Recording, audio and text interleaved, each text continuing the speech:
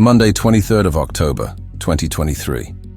In less than 2 weeks of the offensive in the Avdiivka area, Russian forces suffered losses that exceeded the losses of similar offensive operations in the area of Bakhmut.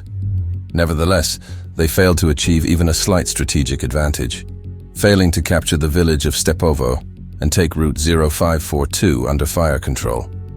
Yuri Butusov, a Ukrainian journalist, made a video report from Avdiivka showcasing the scale of destruction that the city is currently facing. As a result of artillery shelling and the use of aviation by the Russians, not a single surviving house remains in the city. Despite the catastrophic losses, Russian forces do not seem to stop or take some kind of conditional operational pause. Avdiivka is turning into one of the largest cemeteries for Russian units. Tuesday, 24th of October, 2023, the German concern, Rheinmetall, and the Ukrainian defense industry formed a joint venture. It will service and repair equipment supplied to Ukraine by partners.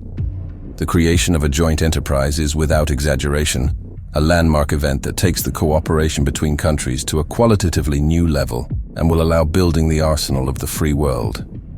As of the 24th of October, Russian forces have used 915 guided bombs just in 1 month, which is close to an all-time record.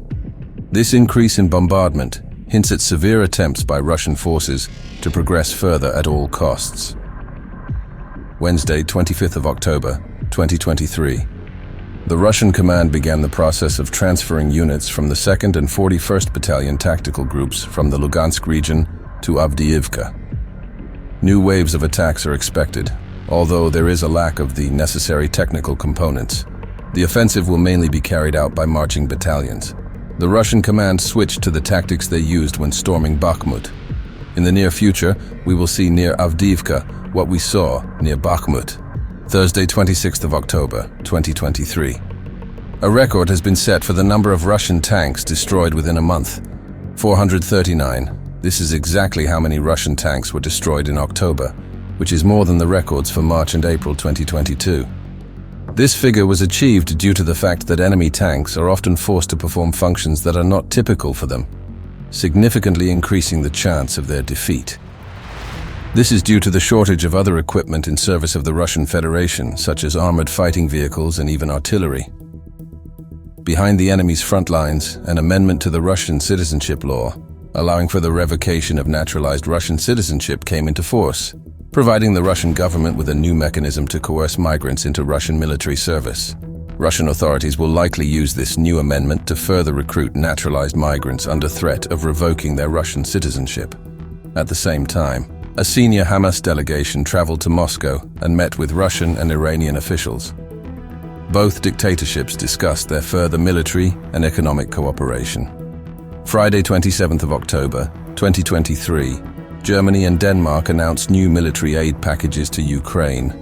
The Danish Ministry of Defense announced a package valued at about $520 million that includes T-72 tanks, BMP-2 infantry fighting vehicles, artillery ammunition, and drones. The German government announced a military aid package valued at about $5.7 billion that includes Mars-2 anti-aircraft missiles and an additional Iris-T SLM air defense system. Saturday, 28th of October, 2023. The Ministry of Defense of Ukraine reported that the Russians had already lost approximately 4,000 of their soldiers during the storming of Avdiivka. Despite the huge losses, the enemy continues to storm positions, each time throwing his troops into suicide assaults. At the same time, the newly elected Slovakia Prime Minister Robert Fico has reinforced his anti-Ukrainian position. Fico announced plans to change the terms of the defense agreement with the USA in order not to send Ukraine new batches of weapons and ammunition from its own warehouses. A new Fico-Orban anti-Ukrainian bloc is building up from inside of the European Union. In conclusion, during this week, Ukrainian forces have eliminated 4,380 personnel, 82 tanks, 105 APCs, 131 artillery systems, 9 MLRS, 54 UAVs of operational tactical level, and 7 anti-aircraft systems.